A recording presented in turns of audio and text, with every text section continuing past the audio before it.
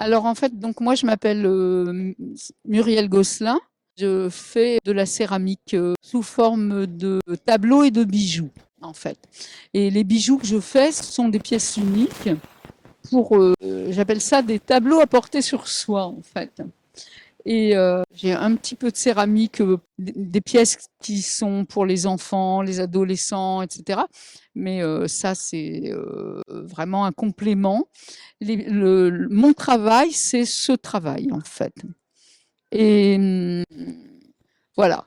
Et donc, ce travail, c'est un travail qui est une technique d'émaux cloisonnés, apparentée à la technique des émaux de Longwy.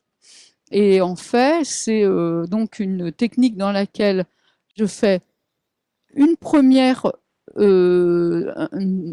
étape qui est l'étape de la terre, que je travaille à la plaque. C'est possible de travailler aussi en volume. Pour l'instant, j'ai fait très peu de volume. Là, je vais en faire davantage et puis je vais aussi faire des fresques, des tableaux parce que, en fait, voilà, c'est mon dernier marché de potier. J'ai fait marché de potier pendant 37 ans et je fais mon dernier marché de potier ici à La Grasse. Donc le travail que je présente encore pour la dernière fois, c'est donc un travail de bijoux, pièces uniques émaillées et décorées devant et derrière. Voilà.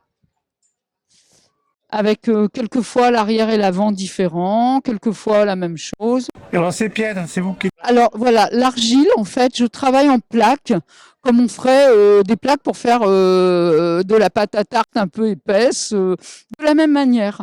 J'ai jamais utilisé de croûteuse, j'ai jamais utilisé, j'ai toujours fait tout mon travail absolument à la main, en fait. C'est-à-dire, bon, deux barrettes de bois d'une certaine épaisseur, un rouleau en bois, j'aplatis mes plaques de terre, ensuite je découpe mes formes. Et une fois que les formes sont découpées, je laisse sécher la forme.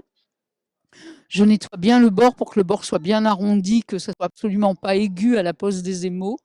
Et ensuite, quand la pièce de terre est sèche, je grave mon dessin avec une pointe sèche d'acier. Quand le dessin est conçu avec des surfaces fermées. Ensuite, première cuisson à 1000 degrés. C'est un travail de faïence. Ensuite, chaque surface est émaillée au pinceau avec un émail suffisamment liquide et bon, je dirais gluant en fait, pour que quand je commence à émailler une surface ici, là par exemple, j'arrive au bord de l'autre côté et là c'est encore pas complètement rentré l'émail. C'est un principe absolument nécessaire pour que ce travail ait des surfaces d'émaux impeccablement posées en fait. Ensuite, quand tout a été émaillé avec les couleurs, je fais une deuxième cuisson, cette fois-ci à 960 degrés. Quand la pièce est défournée, je pose ensuite de l'or sur les surfaces sur lesquelles j'avais décidé au préalable de poser de l'or.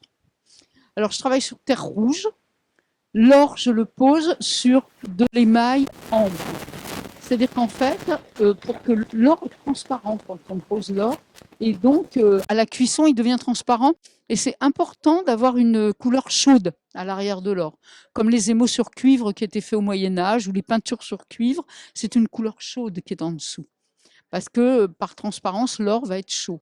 Donc en fait, je pose de l'or qui est sous forme d'un espèce de vernis dans lequel il y a de la poudre d'or. Et je pose ce vernis, je laisse bien sécher, je fais une troisième cuisson cette fois-ci à 760 degrés, c'est-à-dire 200 degrés en dessous de la température de fonte des émaux. À 760 degrés, l'émail est très légèrement adhésif en surface.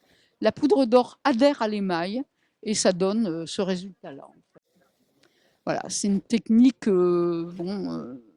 traditionnelle, assez rare parce que c'est un travail très long à faire. Si vous tapez sur internet émaux de Longwy, vous verrez ce travail, c'est un travail qui date du 17e, 18e, que j'ai moi pris à mon compte en faisant des pièces uniques avec un décor tout à fait personnel en fait. C'est-à-dire que chaque image est créée par moi en fait. Voilà.